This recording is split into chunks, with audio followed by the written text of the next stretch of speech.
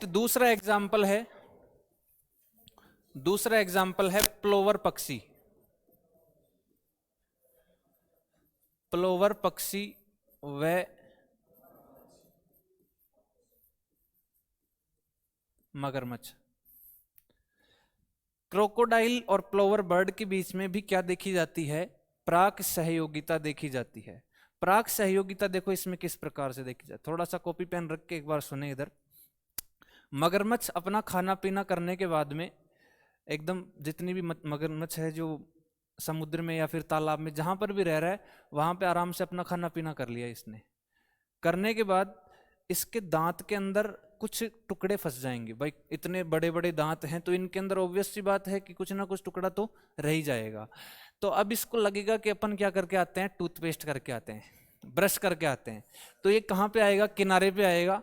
किनारे पे आने के बाद में अपना मुंह खोल करके कुछ इस तरीके से, यहाँ पे जो डायग्राम में दिख रहा है उस तरीके से बैठ जाएगा। अब बैठने से क्या होगा, एक पक्षी आएगा, छोटा सा पक्षी, और इसको ये वाला द्वार खुला दिखेगा। इसका मतलब ये भी समझ जाएगा कि इसको क्या करवानी है, ब्रश करवानी है, अपने दांतों की सफाई करवानी है।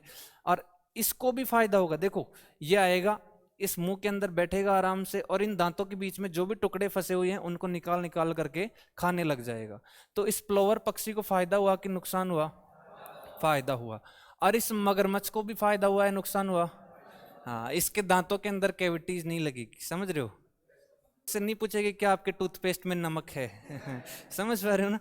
तो इस प्लोवर पक्षी को भी फायदा हो गया और इस मगरमच्छ को भी फायदा हो गया। कैसे फायदा हुआ? इसकी तो ब्रश हो गई और इसका पेट भर गया।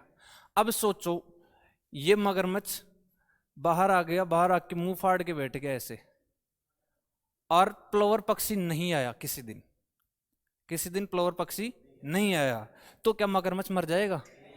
नहीं मरेगा।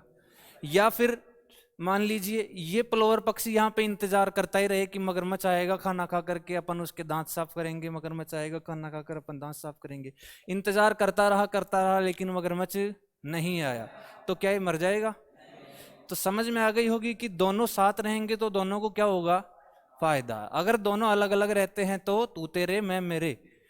तो ये वाली है प्राक सहयोगिता, प्रोटो कोऑपरेशन, प्लोवर पक्षी और मगरमच्छ के बीच में। अब मगरमच्छ, कईयों के दिमाग में आएगा सर ये मगरमच्छ इसको नहीं खा जाएगा, इस पक्षी को नहीं खा जाएगा? नहीं खाएगा। इसमें थोड़ा सा दिमाग है, इसको पता है कि आज इसको खा गए तो कल दांतों की सफाई कौन करेगा।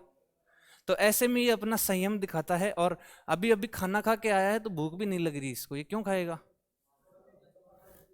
नेक्स्ट है, ये हो गई धनात्मक अन्योन्य क्रियाएं। तो धनात्मक अन्योन्य क्रियाओं में अपन ने 3 अन्योन्य क्रियाएं पढ़ी हैं। देखें, धनात्मक वाली पढ़ी है 3। कौन कौन सी? पहली तो है सहोपकारिता, दूसरी कौन सी है? सहभोजिता, और तीसरी कौन सी पढ़ी? प्राक सहयोगिता।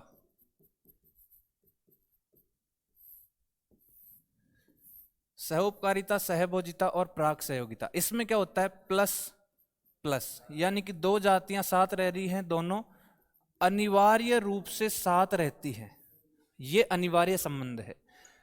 दूसरी है सहभोजिता प्लस 0, इसके अंदर एक को लाभ हो रहा है, दूसरे को न लाभ ना ही हानि। तीसरी है प्राक सहयोगिता, इसमें भी क्या है? प्लस प्लस, लेकिन ये संबंध कैसा है? अनिवार्य। ये कैसा है? अनिवार्य। तो बात समझ में आ गई। तो ये हो गई धनात्मक अन्योन्य क्रियाएं। नेक्स्ट अपन आगे बढ़ते हैं।